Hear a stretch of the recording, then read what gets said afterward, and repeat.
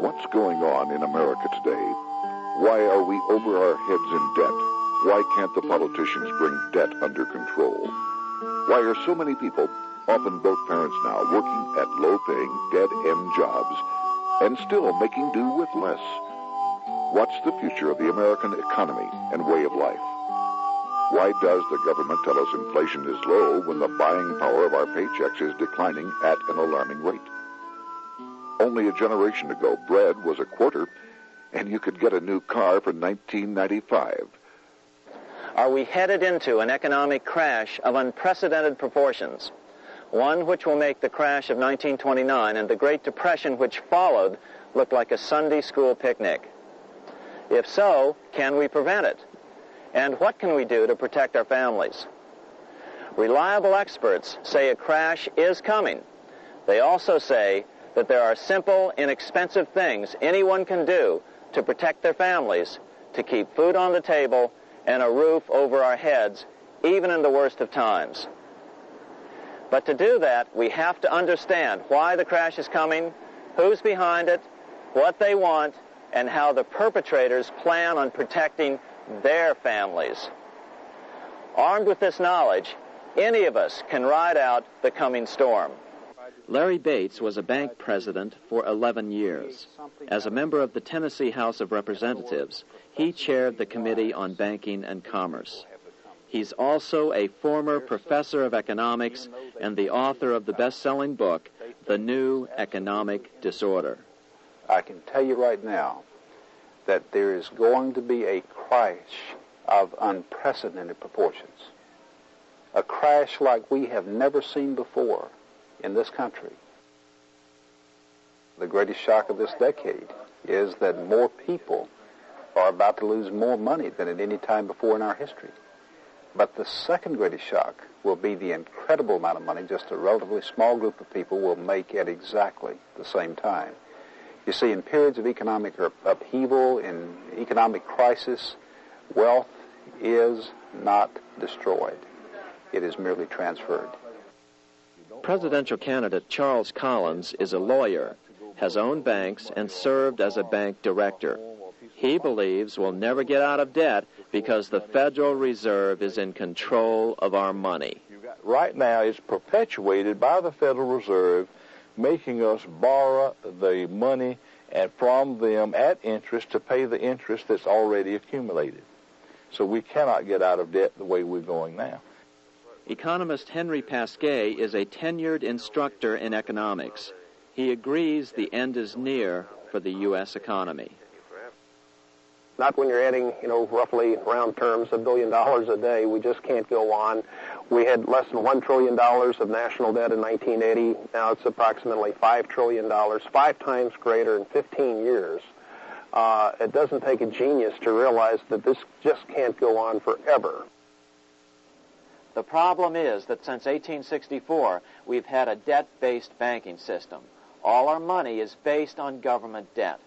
We cannot extinguish government debt without extinguishing our money supply. That's why talk of paying off the national debt without reforming our banking system is an impossibility.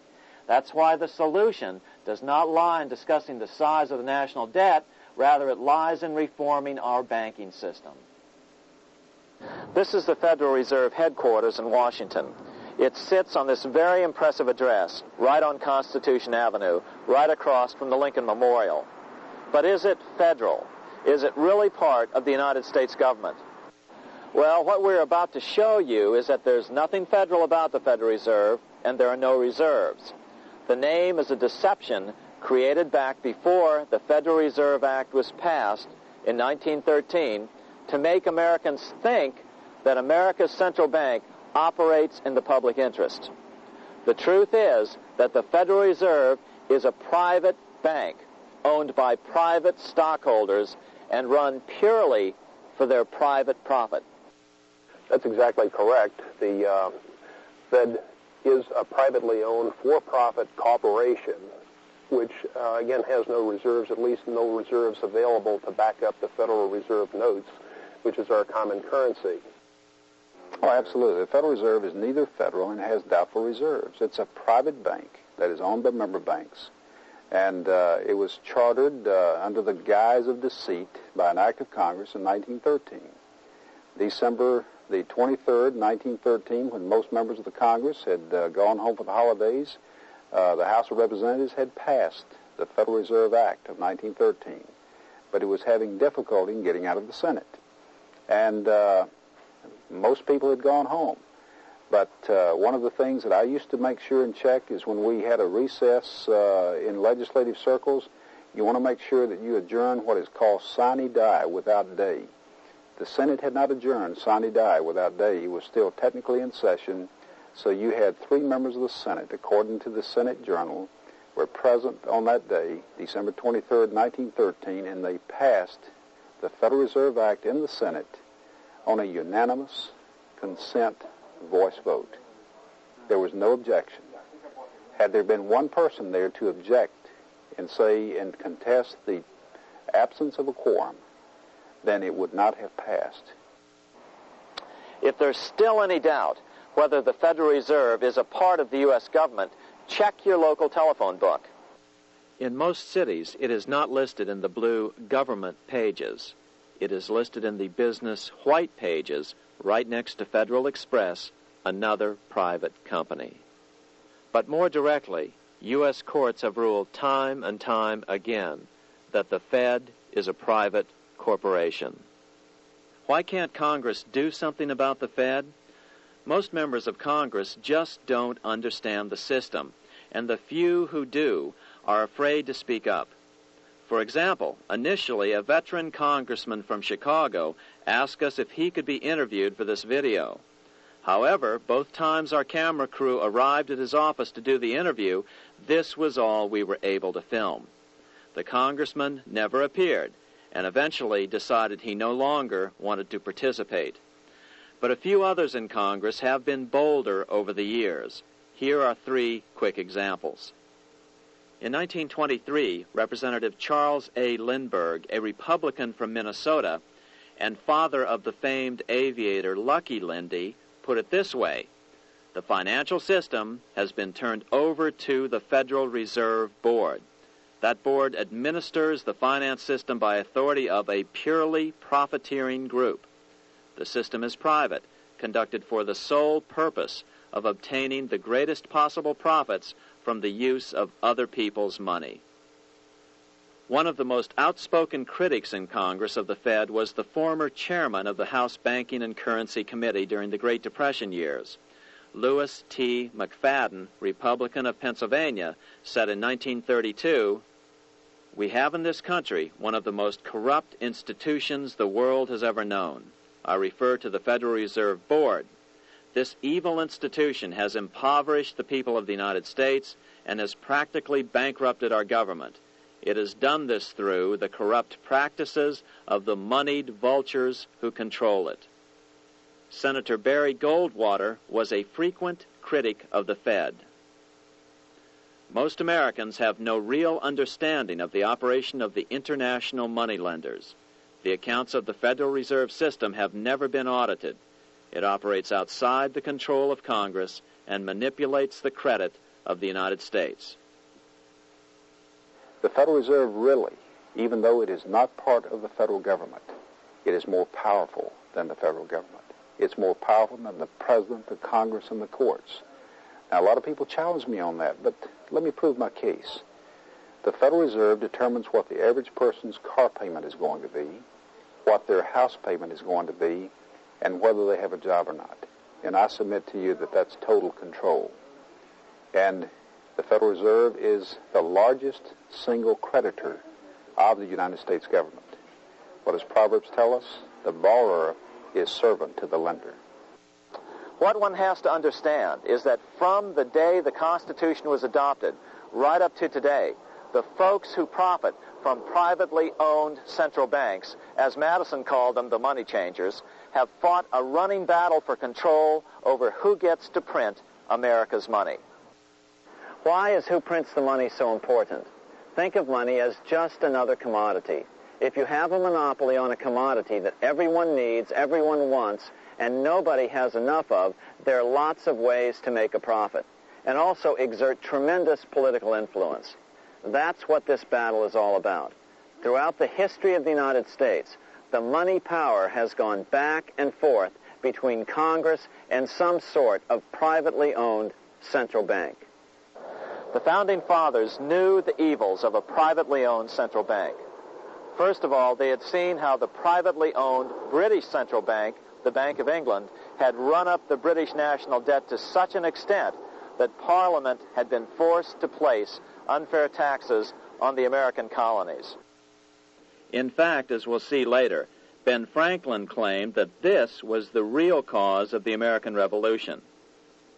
Most of the Founding Fathers realized the potential dangers of banking and feared bankers' accumulation of wealth and power. Jefferson put it this way: I sincerely believe that banking institutions are more dangerous to our liberties than standing armies. The issuing power should be taken from the banks and restored to the people to whom it properly belongs. That succinct statement of Jefferson is, in fact, the solution to all our economic problems today. It bears repeating. The issuing power should be taken from the banks and restored to the people to whom it properly belongs. James Madison, the main author of the Constitution, agreed. Interestingly, he called those behind the central bank scheme money changers. Madison strongly criticized their actions. History records that the money changers have used every form of abuse, intrigue, deceit, and violent means possible to maintain their control over governments by controlling money and its issuance. The battle over who gets to issue our money has been the pivotal issue throughout the history of the United States. Wars are fought over it, depressions are caused to acquire it. Yet after World War I, this battle was rarely mentioned in newspapers or history books. Why? By World War I, the money changers, with their dominant wealth, had seized control of most of the nation's press. Throughout U.S. history, this battle over who gets the power to issue our money has raged. In fact, it's changed hands back and forth 8 times since 1764, yet this fact has virtually vanished from public view for over 3 generations behind a smokescreen emitted by Fed cheerleaders in the media. Until we stop talking about deficits and government spending and start talking about who controls how much money we have, it's all just a big shell game, a complete and utter deception. It won't matter if you pass an ironclad amendment to the Constitution mandating a balanced budget. Our situation is only going to get worse until we root out the cause at its source. What's the solution for our national problem? First of all, education. That's what this video presentation is all about. But secondly, we must act. We must take back the power to issue our own money. Issuing our own money is not a radical solution. I want to stress that.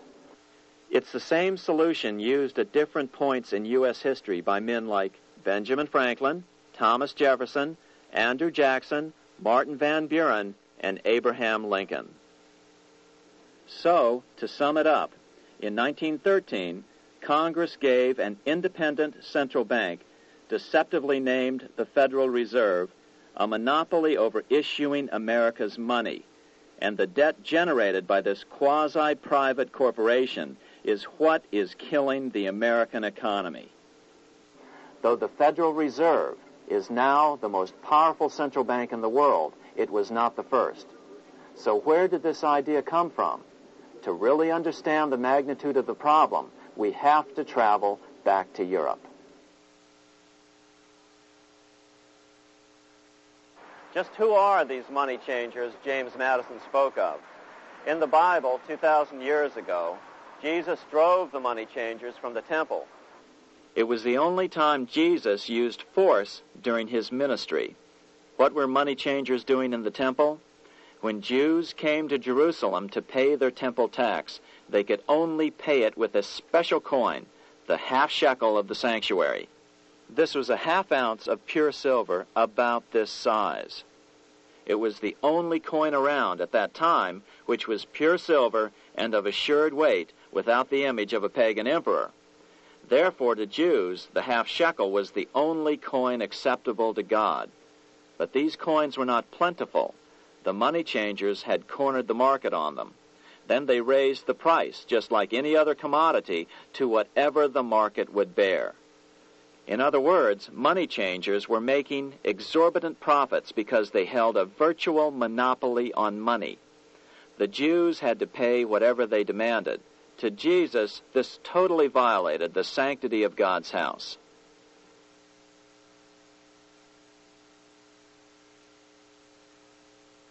But the money-changing scam did not originate in Jesus' day. 200 years before Christ, Rome was having trouble with money changers. 2 early Roman emperors had tried to diminish the power of the money changers by reforming usury laws and limiting land ownership to 500 acres. They were both assassinated. In 48 BC, Julius Caesar took back the power to coin money from the money changers and minted coins for the benefit of all. With this new, plentiful supply of money, he built great public works projects. By making money plentiful, Caesar won the love of the common man. But the money changers hated him. Some believe this was an important factor in Caesar's assassination. One thing is for sure, with the death of Caesar came the demise of plentiful money in Rome. Taxes increased, as did corruption. Just as in the case of America today, usury and debased coin became the rule. Eventually, the Roman money supply was reduced by 90%. As a result, the common people lost their lands and their homes, just as is about to happen soon in America. With the demise of plentiful money, the masses lost confidence in the Roman government and refused to support it. Rome plunged into the gloom of the Dark Ages.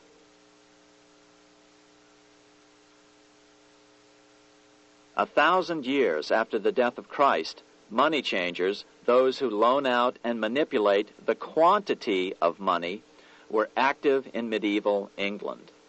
In fact, they were so active that acting together, they could manipulate the entire English economy. These were not bankers per se. The money changers generally were the goldsmiths. They were the first bankers because they started keeping other people's gold for safekeeping in their vaults. The first paper money was merely a receipt for gold left at the goldsmith. Paper money caught on because it was more convenient than carrying around a lot of heavy gold and silver coins. Eventually, goldsmiths noticed that only a small fraction of the depositors ever came in and demanded their gold at any one time. Goldsmiths started cheating on the system.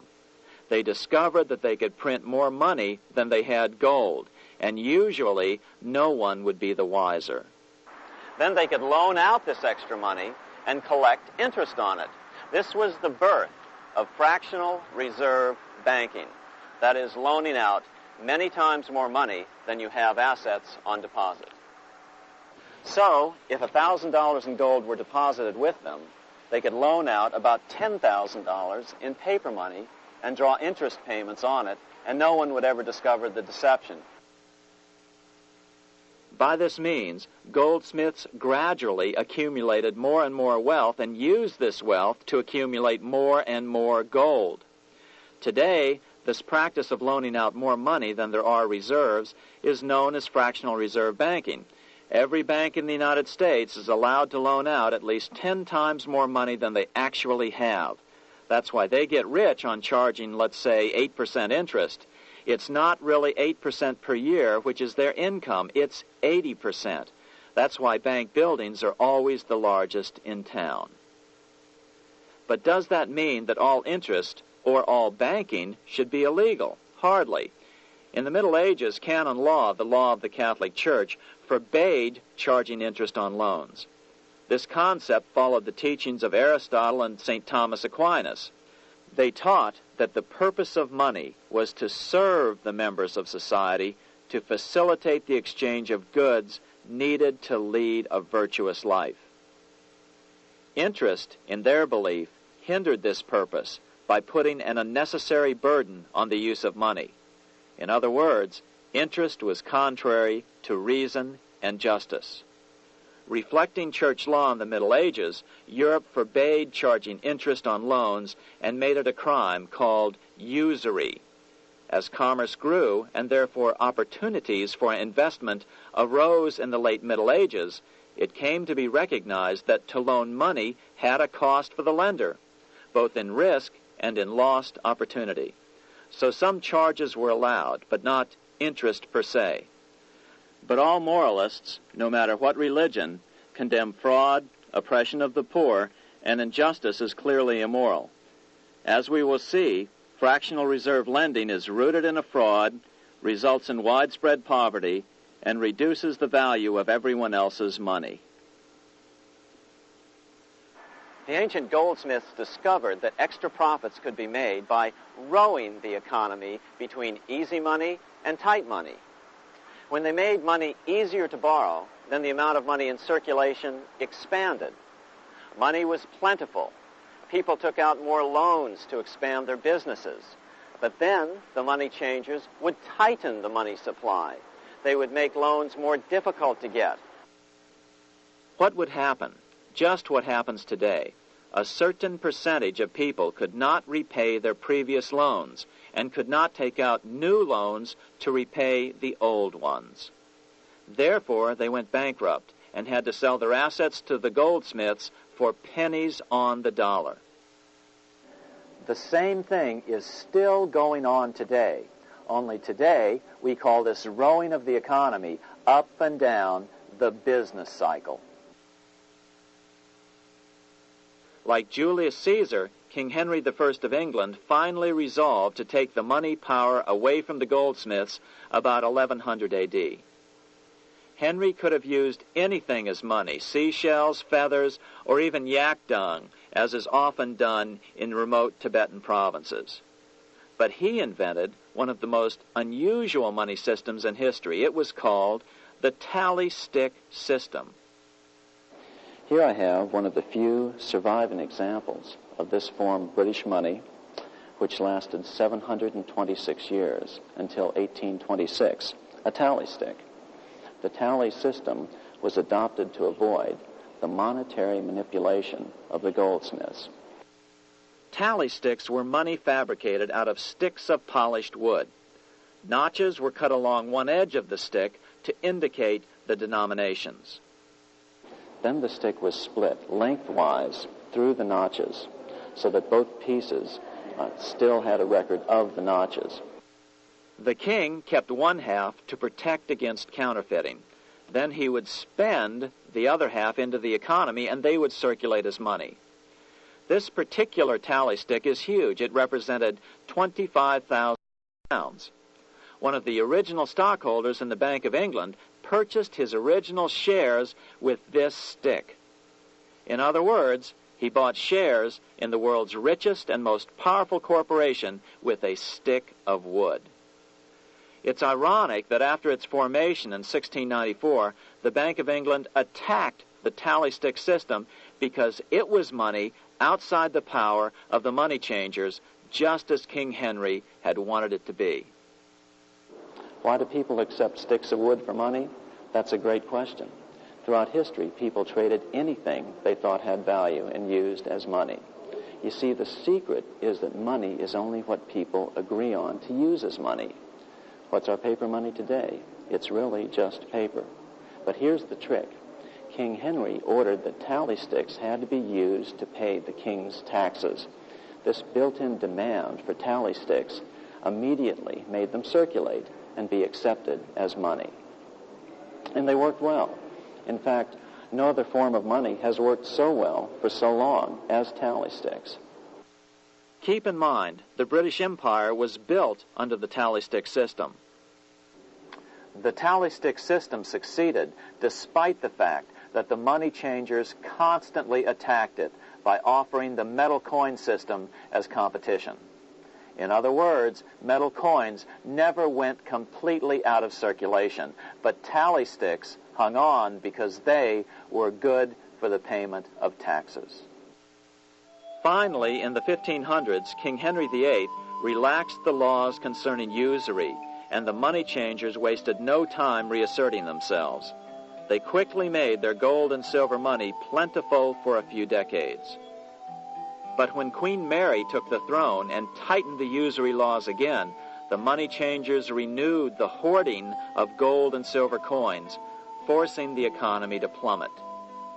When Queen Mary's sister, Queen Elizabeth I, took the throne, she was determined to regain control over English money. Her solution was to issue gold and silver coins from the public treasury and take the control over the money supply away from the money changers. Although control over money was not the only cause of the English Revolution in 1642, religious differences fueled the conflict. Monetary policy played a major role. Financed by the money changers, Oliver Cromwell finally overthrew King Charles, purged the Parliament, and put the king to death.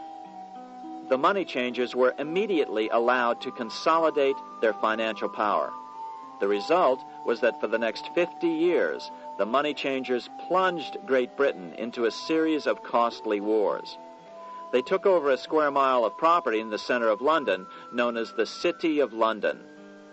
This area today is still known as one of the 3 predominant financial centers of the world. Conflicts with the Stuart kings led the money changers in England to combine with those in the Netherlands to finance the invasion of William of Orange, who overthrew the Stuarts in 1688 and took the English throne.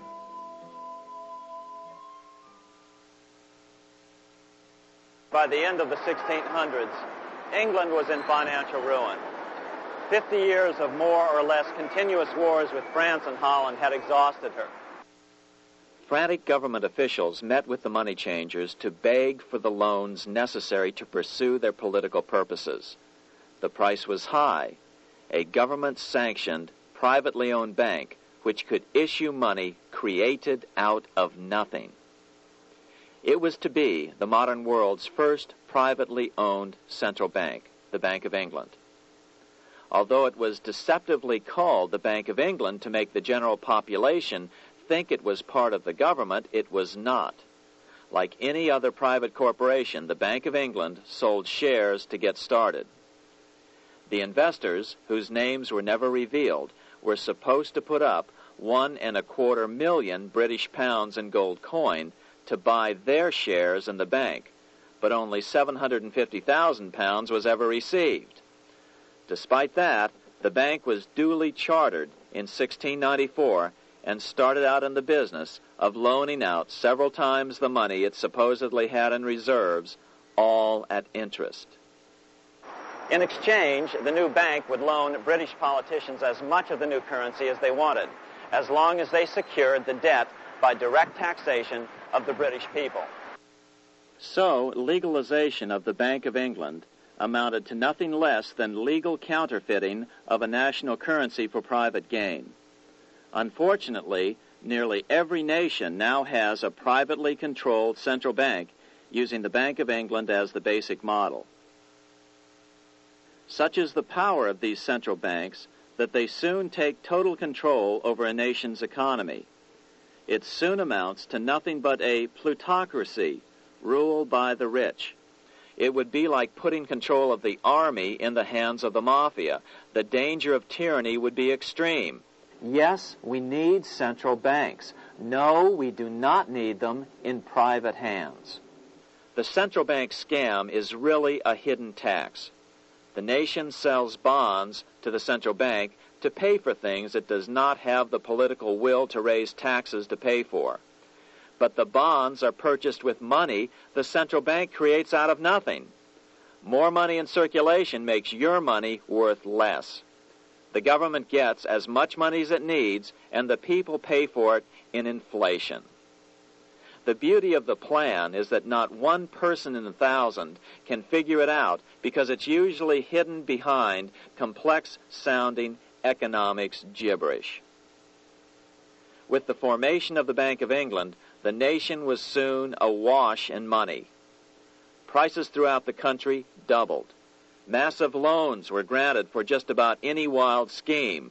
One venture proposed to drain the Red Sea to recover gold supposedly lost when the Egyptian army drowned pursuing Moses and the Israelites. By 1698, government debt grew from the initial £1.25 million to £16 million. Naturally, taxes were increased and then increased again to pay for all of this. With the British money supply firmly in their grip, the British economy began a wild roller coaster series of booms and depressions, exactly the sort of thing a central bank claims it is determined to prevent. There are two things which I think are intrinsic not just to the Bank of England, but to central banking generally. The first is an involvement in the formulation of monetary policy with the specific objective of achieving monetary stability. However, since the Bank of England took control, the British pound has rarely been stable. Now let's take a look at the role of the Rothschild family, the family said to be the wealthiest in the world.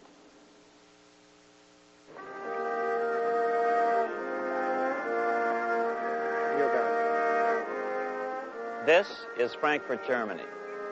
50 years after the Bank of England opened its doors, a goldsmith named Amschel Moses Bauer opened a coin shop, a counting house, in 1743. And over the door he placed a sign depicting a Roman eagle on a red shield. The shop became known as the Red Shield Firm, or in German, Rothschild. When his son, Amschel Meyer Bauer, inherited the business, he decided to change his name to Rothschild. Amschel soon learned that loaning money to governments and kings was more profitable than loaning to private individuals. Not only were the loans bigger, but they were secured by the nation's taxes. Mayer Rothschild had 5 sons.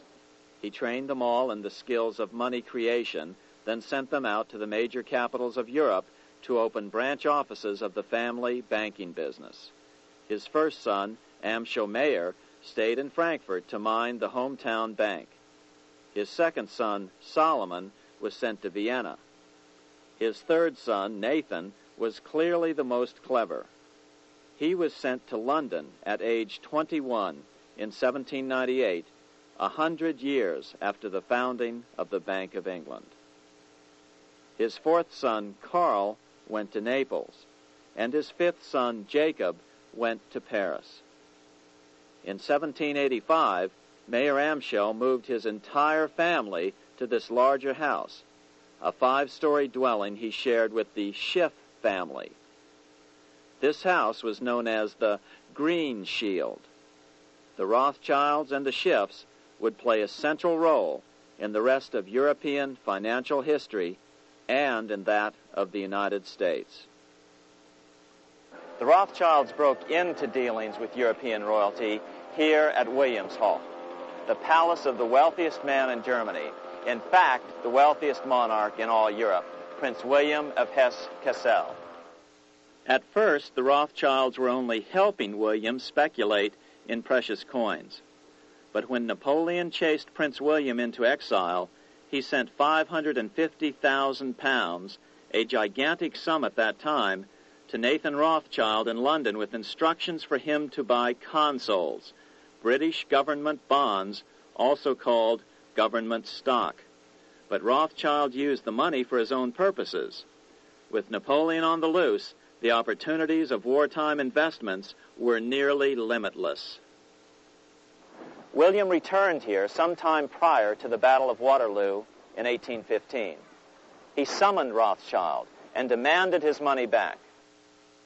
The Rothschilds returned William's money with the interest the British consuls would have paid him had the investment actually been made. But the Rothschilds kept all the past profits they had made using William's money. Nathan Rothschild later bragged that in the 17 years he'd been in England, he'd increased his original £20,000 stake given to him by his father by 2,500 times. By cooperating within the family, the Rothschilds soon grew unbelievably wealthy. By the mid-1800s, they dominated all European banking and were certainly the wealthiest family in the world. They financed Cecil Rhodes, making it possible for him to establish a monopoly over the diamond and gold fields of South Africa. In America, they financed the Harrimans and railroads, the Vanderbilts and railroads and the press, and Carnegie in the steel industry, among many others. In fact, during World War I, J.P. Morgan was thought to be the richest man in America. But after his death, it was discovered that he was actually only a lieutenant of the Rothschilds. Once Morgan's will was made public, it was discovered that he owned only 19% of J.P. Morgan companies. By 1850, James Rothschild, the heir of the French branch of the family, was said to be worth 600 million French francs, 150 million more than all the other bankers in France put together. He built this mansion called Ferrier, just east of Paris. Wilhelm I, on seeing it, exclaimed, "Kings couldn't afford this. It could only belong to a Rothschild." Another 19th century French commentator put it this way: "There is but one power in Europe, and that is Rothschild." There is no evidence that their predominant standing in European or world finance has changed. Now let's take a look at the results the Bank of England had produced on the British economy and how that later was the root cause of the American Revolution.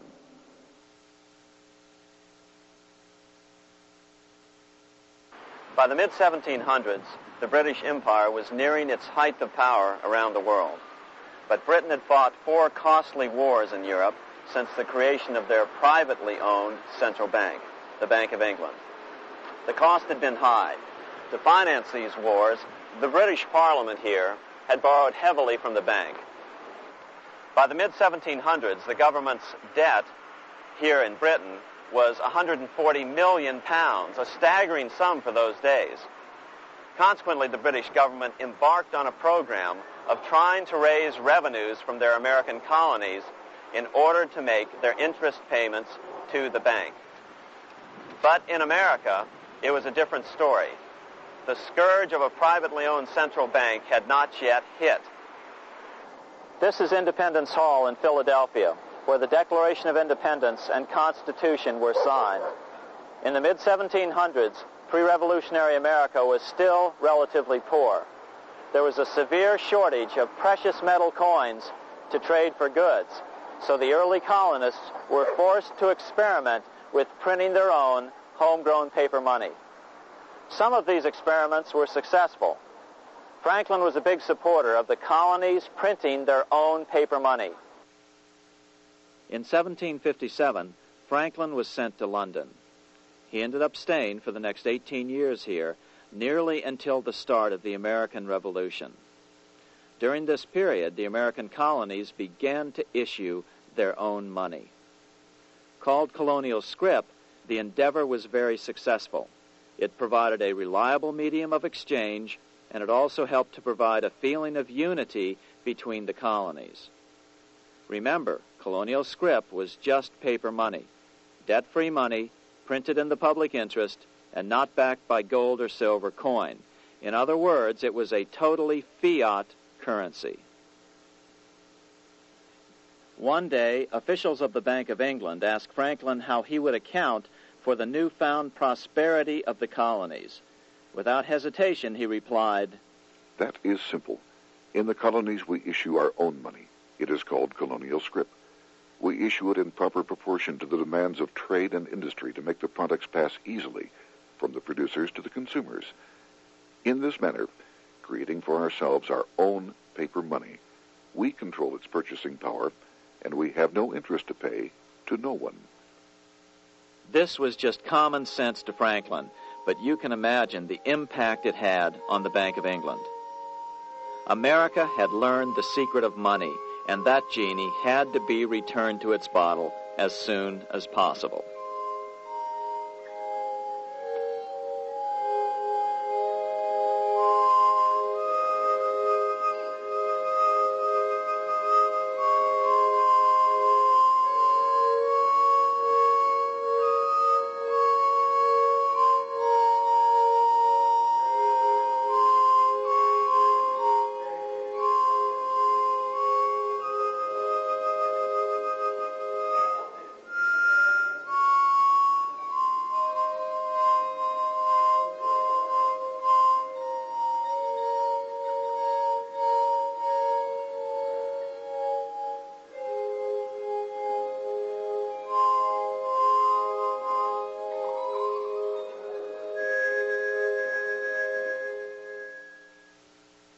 As a result, Parliament hurriedly passed the Currency Act of 1764.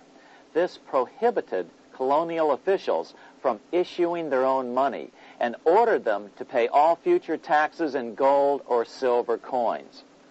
In other words, it forced the colonies on a gold or silver standard. For those who still believe that a gold standard is the answer for America's current monetary problems, look what happened to America after that.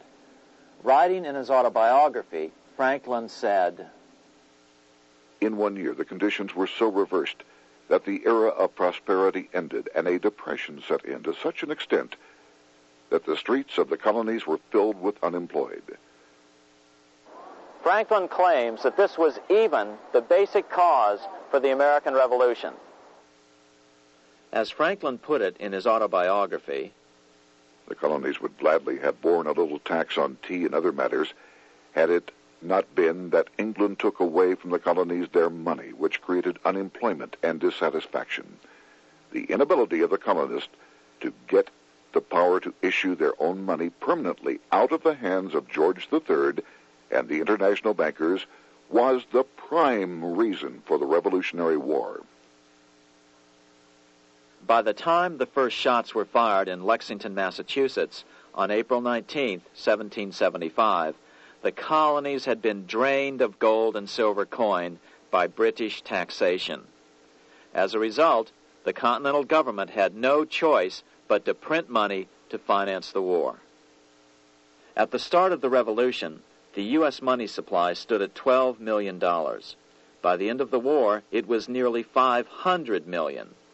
As a result, the currency was virtually worthless. Shoes sold for $5,000 a pair. Colonial scrip had worked because just enough was issued to facilitate trade.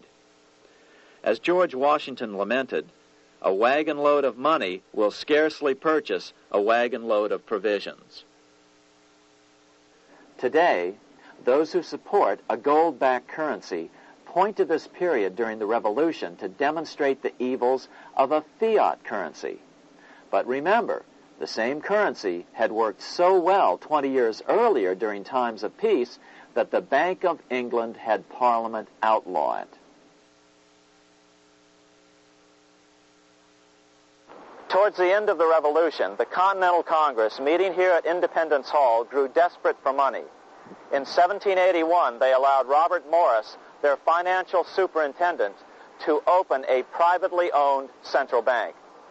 Incidentally, Morris was a wealthy man who had grown wealthier during the Revolution by trading in war materials. Called the Bank of North America, the new bank was closely modeled after the Bank of England. It was allowed to practice fractional reserve banking. That is, it could lend out money it didn't have, then charge interest on it. If you or I were to do that, we would be charged with fraud, a felony. The bank's charter called for private investors to put up $400,000 worth of initial capital. But when Morris was unable to raise the money, he brazenly used his political influence to have gold deposited in the bank, which had been loaned to America by France. He then loaned this money to himself and his friends to reinvest in shares of the bank. And, like the Bank of England, the bank was given a monopoly over the national currency. Soon the dangers became clear. The value of American currency continued to plummet. So, 4 years later, in 1785, the bank's charter was not renewed.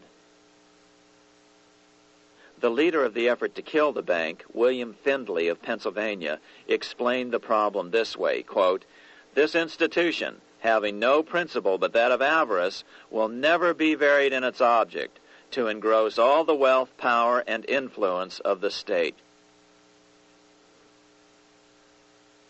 The men behind the Bank of North America, Alexander Hamilton, Robert Morris, and the bank's president, Thomas Whiling, did not give up. Only 6 years later, Hamilton, then Secretary of the Treasury, and his mentor, Morris, rammed a new privately owned central bank through the new Congress. called the First Bank of the United States, Thomas Weiling again served as the bank's president. The players were the same, only the name of the bank was changed.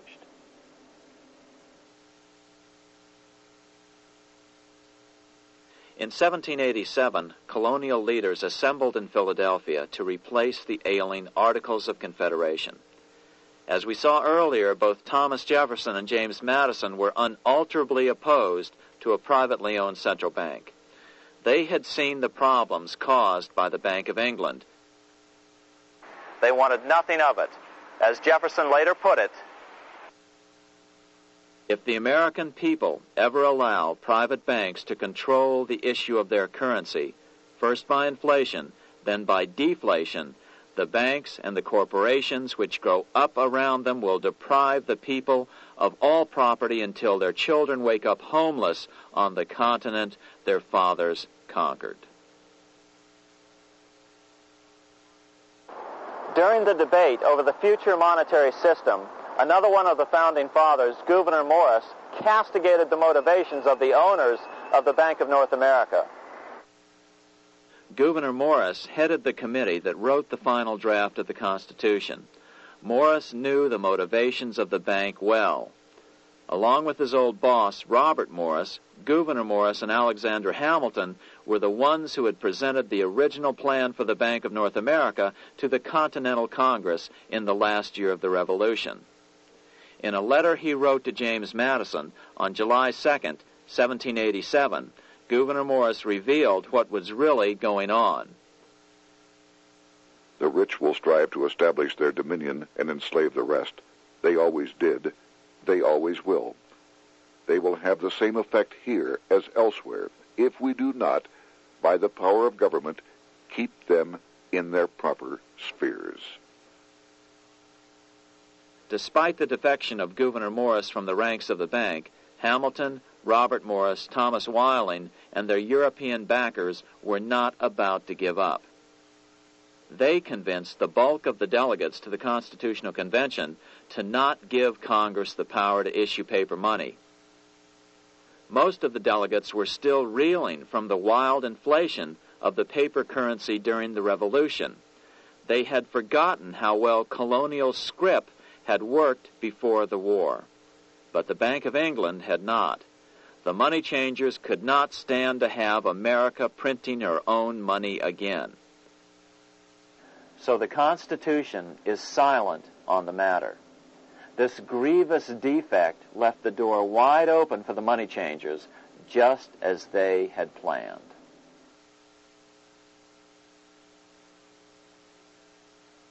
In 1790, less than 3 years after the Constitution had been signed, the money changers struck again. The newly appointed first Secretary of the Treasury, Alexander Hamilton, proposed a bill to the Congress calling for a new, privately owned central bank. Coincidentally, that was the very year that Amschel Rothschild made his pronouncement from his flagship bank in Frankfurt. Let me issue and control a nation's money, and I care not who writes the laws. Alexander Hamilton was a tool of the international bankers, and he wanted to create the U.S. Bank, the BUS, or the Bank of the United States, and did so. Interestingly, one of Hamilton's first jobs after graduating from law school in 1782 was as an aide to Robert Morris, the head of the Bank of North America.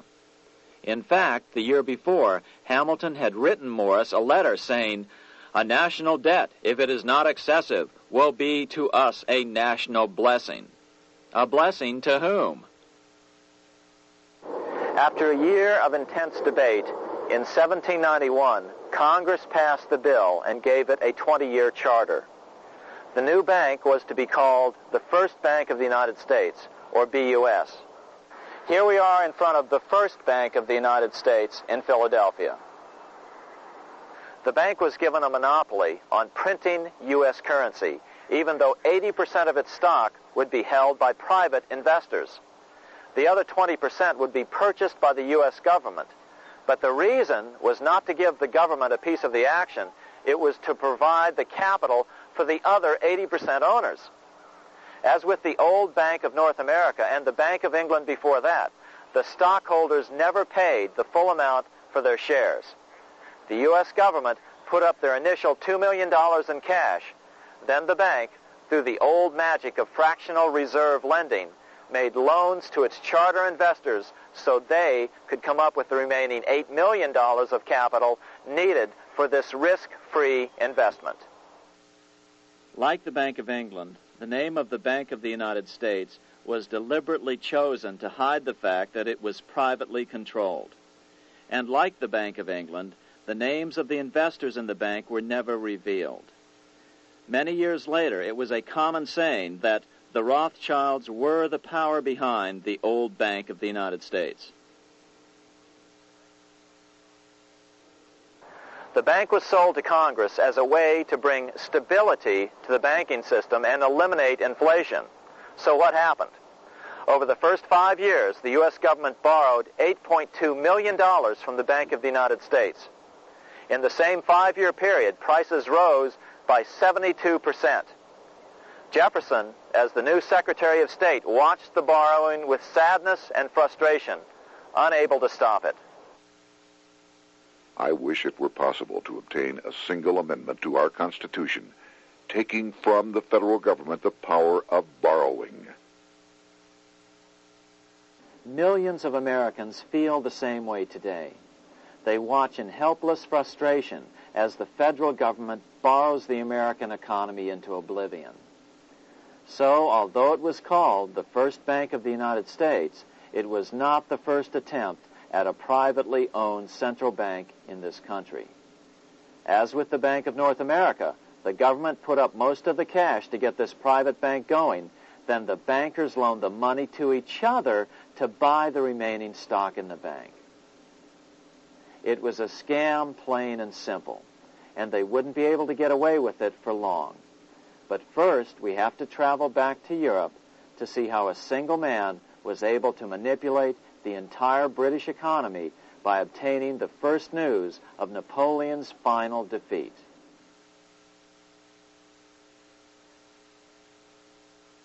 Here in Paris, the Bank of France was organized in 1800, just like the Bank of England. But Napoleon decided France had to break free of debt, and he never trusted the Bank of France. He declared that when a government is dependent upon bankers for money, the bankers, not the leaders of the government, are in control. The hand that gives is above the hand that takes. Money has no motherland. Financiers are without patriotism and without decency. Their sole object is gain. Back in America, unexpected help was about to arrive. In 1800, Thomas Jefferson narrowly defeated John Adams to become the third president of the United States. By 1803, Jefferson and Napoleon had struck a deal. The U.S. would give Napoleon $3 million in gold in exchange for a huge chunk of territory west of the Mississippi River, the Louisiana Purchase. With that $3 million, Napoleon quickly forged an army and set off across Europe, conquering everything in his path. But the Bank of England quickly rose to oppose him. They financed every nation in his path, reaping the enormous profits of war. Prussia, Austria, and finally Russia all went heavily into debt in a futile attempt to stop Napoleon. 4 years later, with the main French army in Russia, 30-year-old Nathan Rothschild, the head of the London office of the Rothschild family, personally took charge of a bold plan to smuggle a much-needed shipment of gold right through France to finance an attack by the Duke of Wellington from Spain. Nathan later bragged at a dinner party in London that it was the best business he'd ever done. Little did he know that he would do much better business in the near future. Wellington's attacks from the south and other defeats eventually forced Napoleon to abdicate, and Louis XVIII was crowned king. Napoleon was exiled to Elba, a tiny island off the coast of Italy, supposedly exiled from France forever. While Napoleon was in exile on Elba, temporarily defeated by England with the financial help of the Rothschilds, America was trying to break free of its central bank as well.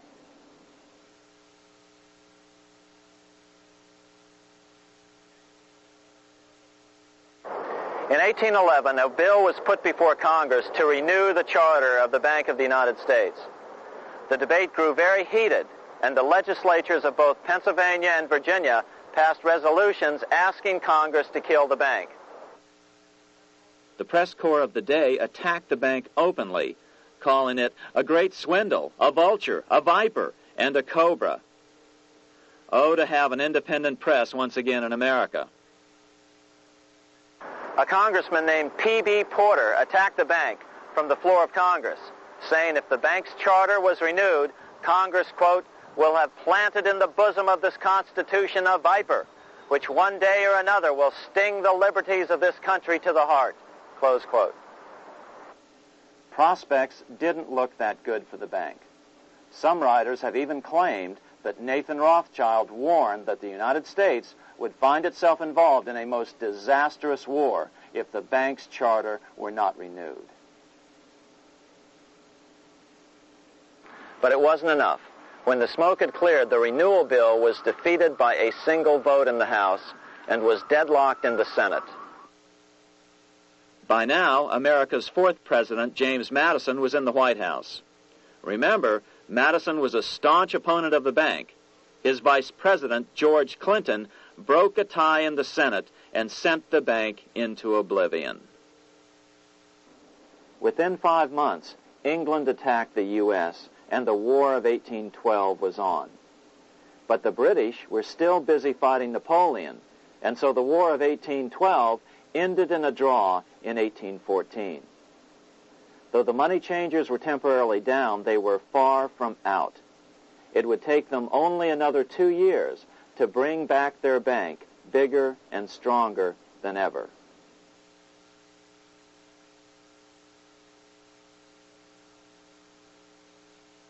But now let's return to Napoleon, because nothing else in history more aptly demonstrates the ingenuity of the Rothschild family than their control of the British stock market after Waterloo.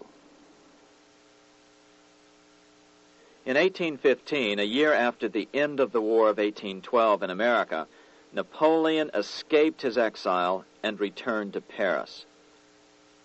French troops were sent out to capture him, but such was his charisma that the soldiers rallied around their old leader and hailed him as their emperor once again.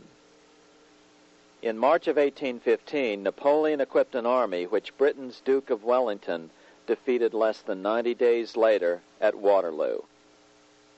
Some writers claim Napoleon borrowed £5 million from the Bank of England to rearm, but it appears these funds actually came from the Ouvard banking house in Paris. Nevertheless, from about this point on, it was not unusual for privately controlled central banks to finance both sides in a war. Why would a central bank finance opposing sides in a war? Because war is the biggest debt generator of them all. A nation will borrow any amount for victory. The ultimate loser is loaned just enough to hold out the vain hope of victory, and the ultimate winner is given enough to win. Besides, such loans are usually conditioned upon the guarantee that the victor will honor the debts of the vanquished.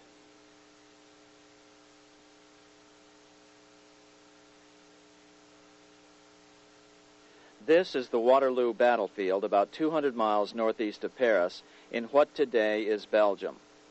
Here Napoleon suffered his final defeat, but not before thousands of French and Englishmen gave their lives on a steamy summer day in July of 1815. Right over there, on June 18, 1815, 74,000 French troops met 67,000 troops from Britain and other European nations. The outcome was certainly in doubt. In fact, had Napoleon attacked a few hours earlier, he would probably have won the battle. But no matter who won or lost, back in London, Nathan Rothschild planned to use the opportunity to try to seize control over the British stock and bond market and possibly even the Bank of England. Rothschild stationed a trusted agent, a man named Rothworth, on the north side of the battlefield, closer to the English Channel. Once the battle had been decided, Rothworth took off for the Channel. He delivered the news to Nathan Rothschild a full 24 hours before Wellington's own courier. Rothschild hurried to the stock market and took up his usual position in front of an ancient pillar. All eyes were on him. The Rothschilds had a legendary communications network. If Wellington had been defeated and Napoleon was loose on the continent again, Britain's financial situation would become grave indeed. Rothschild looked saddened. He stood there motionless, eyes downcast. Then suddenly he began selling. Other nervous investors saw that Rothschild was selling. It could only mean one thing. Napoleon must have won, Wellington must have lost. The market plummeted. Soon everyone was selling their consols, their British government bonds, and prices dropped sharply. But then Rothschild started secretly buying up the consols through his agents for only a fraction of their worth hours before. Myths, legends, you say? 100 years later, the New York Times ran a story which said that Nathan's grandson had attempted to secure a court order to suppress a book with this stock market story in it. The Rothschild family claimed the story was untrue and libelous, but the court denied the Rothschilds' request and ordered the family to pay all court costs. What's even more interesting about this story is that some authors claim that the day after the Battle of Waterloo, in a matter of hours, Nathan Rothschild came to dominate not only the bond market, but the Bank of England as well. Whether or not the Rothschild family seized control of the Bank of England, the first privately owned central bank in a major European nation and the wealthiest, one thing is certain.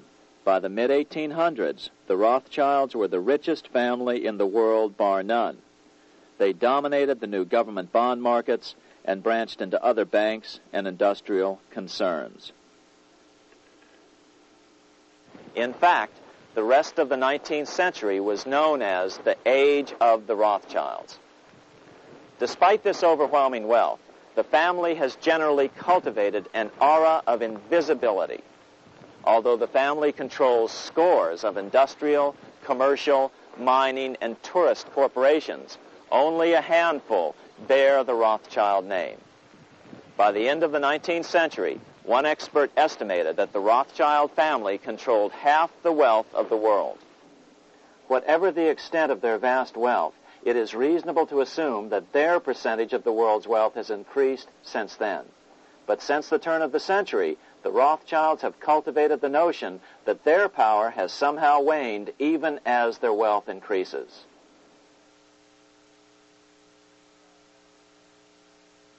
Meanwhile, back in Washington in 1816, just 1 year after Waterloo and Rothschild's alleged takeover of the Bank of England, the American Congress passed a bill permitting yet another privately owned central bank. This bank was called the Second Bank of the United States. The new bank's charter was a copy of the previous bank's. The U.S. government would own 20% of the shares of the bank. Of course, the federal share was paid by the Treasury up front into the bank's coffers. Then, through the magic of fractional reserve lending, it was transformed into loans to private investors who then bought the remaining 80% of the shares. Just as before, the primary stockholders remained a secret. But it is known that the largest block of shares, about 1/3 of the total, were sold to foreigners. As one observer put it, it is certainly no exaggeration to say that the Second Bank of the United States was rooted as deeply in Britain as it was in America. So, by 1816, some authors claim the Rothschilds had taken control over the Bank of England and backed a new privately owned central bank in America as well.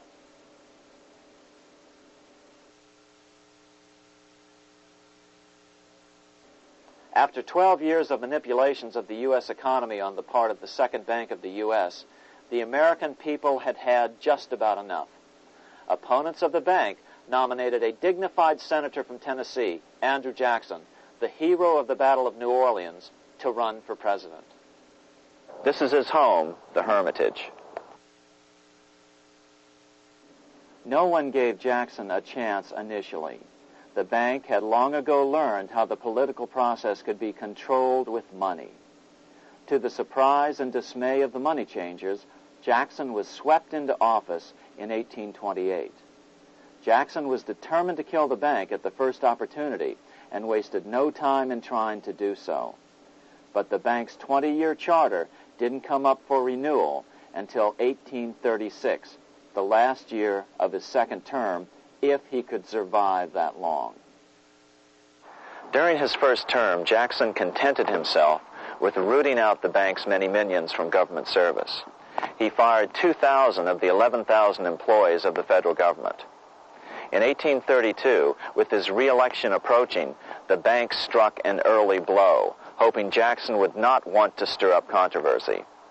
They asked Congress to pass a renewal bill 4 years early. Naturally, Congress complied, then sent it to the president for signing. But Jackson weighed in with both feet. Old Hickory, never a coward, vetoed the bill. His veto message is one of the great American documents. It clearly lays out the responsibility of the American government towards its citizens, rich and poor. It is not our own citizens only who are to receive the bounty of our government. More than 8 million of the stock of this bank are held by foreigners. Is there no danger to our liberty and independence in a bank that in its nature has so little to bind it to our country? Controlling our currency, receiving our public monies, and holding thousands of our citizens' independence would be more formidable and dangerous than a military power of the enemy. If government would confine itself to equal protection and, as heaven does its rains, shower its favor alike on the high and the low, the rich and the poor, it would be an unqualified blessing. In the act before me, there seems to be a wide and unnecessary departure from these just principles. Later that year, in July 1832, Congress was unable to override Jackson's veto. Now Jackson had to stand for re-election. Jackson took his argument directly to the people. For the first time in U.S. history, Jackson took his presidential campaign on the road. Before then, presidential candidates stayed at home and looked presidential. His campaign slogan was Jackson and no bank. The National Republican Party ran Senator Henry Clay against Jackson. Despite the fact that the bankers poured over $3 million into Clay's campaign, Jackson was reelected by a landslide in November of 1832. Despite his presidential victory, Jackson knew the battle was only beginning. "The hydra of corruption is only scotched, not dead," said the newly elected president. Jackson ordered his new Secretary of Treasury, Lewis McLean, to start removing the government's deposits from the second bank and start placing them in state banks. But McLean refused to do so. Jackson fired him and appointed William J. Duane as the new Secretary of the Treasury. Duane also refused to comply with the president's requests, and so Jackson fired him as well and then appointed Roger B. Taney to the office. Taney did withdraw government funds from the bank starting on October 1st, 1833. Jackson was jubilant. "I have it chained. I'm ready with screws to draw every tooth and then the stumps." But the bank was not yet done fighting. Its head, Nicholas Biddle, used his influence to get the Senate to reject Taney's nomination. Then, in a rare show of arrogance, Biddle threatened to cause a depression if the bank was not rechartered. This worthy president thinks that because he has scalped Indians and imprisoned judges, he is to have his way with the bank. He is mistaken. Next, in an unbelievable fit of honesty for a central banker, Biddle admitted that the bank was going to make money scarce to force Congress to restore the bank. Nothing but widespread suffering will produce any effect on Congress. Our only safety is in pursuing a steady course of firm restriction, and I have no doubt that such a course will ultimately lead to restoration of the currency and the recharter of the bank. What a stunning revelation. Here was the pure truth, revealed with shocking clarity. Biddle intended to use the money contraction power of the bank to cause a massive depression until America gave in. Unfortunately, this has happened time and time again throughout U.S. history and is about to happen again in today's world. Nicholas Biddle made good on his threat. The bank sharply contracted the money supply by calling in old loans and refusing to extend new ones. A financial panic ensued, followed by a deep depression. Naturally, Biddle blamed Jackson for the crash, saying that it was caused by the withdrawal of federal funds from the bank. Unfortunately, his plan worked well. Wages and prices sagged. Unemployment soared along with business bankruptcies. The nation quickly